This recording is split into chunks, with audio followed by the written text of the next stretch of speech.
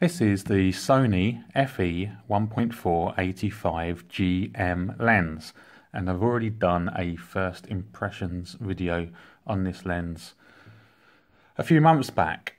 However, I've been shooting with it now and I've got a lot more images under the belt, so I feel it's time I can do my full review on this. Let's start from the beginning. When I first received it, I had what everyone thought was the scratch marks inside the lens that turned out to be lubricant. I had that. I had the noisy motor. Again, questioning whether you should send it back, whether you should keep it. I just ended up keeping it. And touch wood, they have not presented any issues to any of the images that I've shot so far.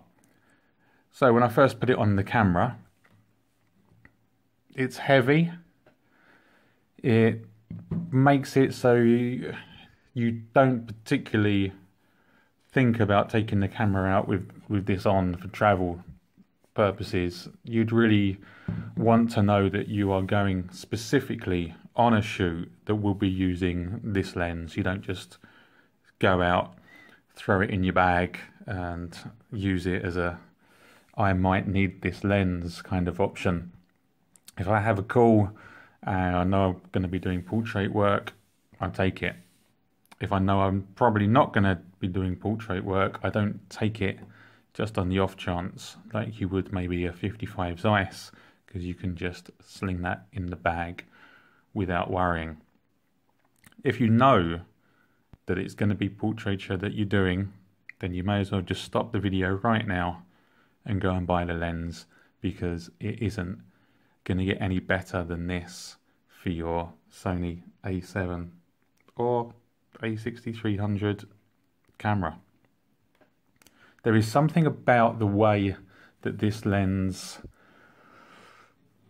there's something away, once you take the image of this lens, even if you were to have the 70-200G 2.8 and you were to put this to 2.8, this still presents the more pleasing image to my eye.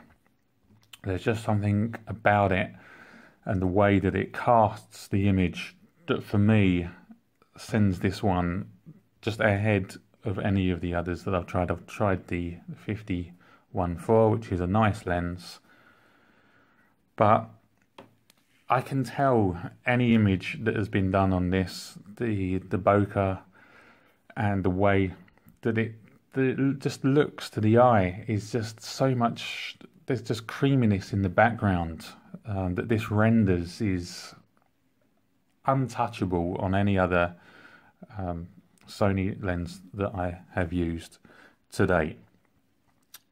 There are the issues of the size and the noise, but once you start seeing your images that are coming off of this, you forget them instantly because of the absolute quality that this lens produces. Now, we all know that the 55 Zeiss, you might not like the bokeh, but it is up there in terms of image quality. I think it's top 3 with regards to how many megapixels it can resolve. I would also put this up there in the top 3 Sony lenses of image resolution, sharpness, if you will, detail. So if you're looking for the ultimate in resolution for the A7R2, this is your boy right here. I wouldn't recommend it unless you are using it for what it's designed to be used for. I have shot portrait landscapes with it, but I don't think that's where it really excels. If you shoot people, you need this lens. If you are a landscape photographer, go for the 70-200 2.8 if you're the kind of landscape photographer that uses tele as opposed to wide, which I know many of you do. So all in all, get over the issues with the lube, the scratches, the loudness. As a people lens, if you own the A7R2 camera, you just shouldn't buy this. You have to own this lens. I know it's expensive, but this matched the A7R2 as a portrait. Absolute cream of the crop. Go buy. What are the alternatives? Okay, well, I'm only going to talk native FE mount lenses. Alternatives would be the 70 to 200 to 8. Even ignoring the fact that this is a 1.4 lens, I don't think it renders as nicely for people, even at 2.8, and the bokeh isn't as pleasing for me. The 55 Zeiss is always an alternative to pretty much everything because it's the most versatile and well priced of the lens. If you are struggling on the budget wise, get yourself the A7 camera, the A6300, and if you only have the 55 Zeiss, you can pretty much make that one lens work for any combination of things. So if this is just too much too soon, 55 Zeiss will always be one of my high recommendations because of the price, the size, and the quality.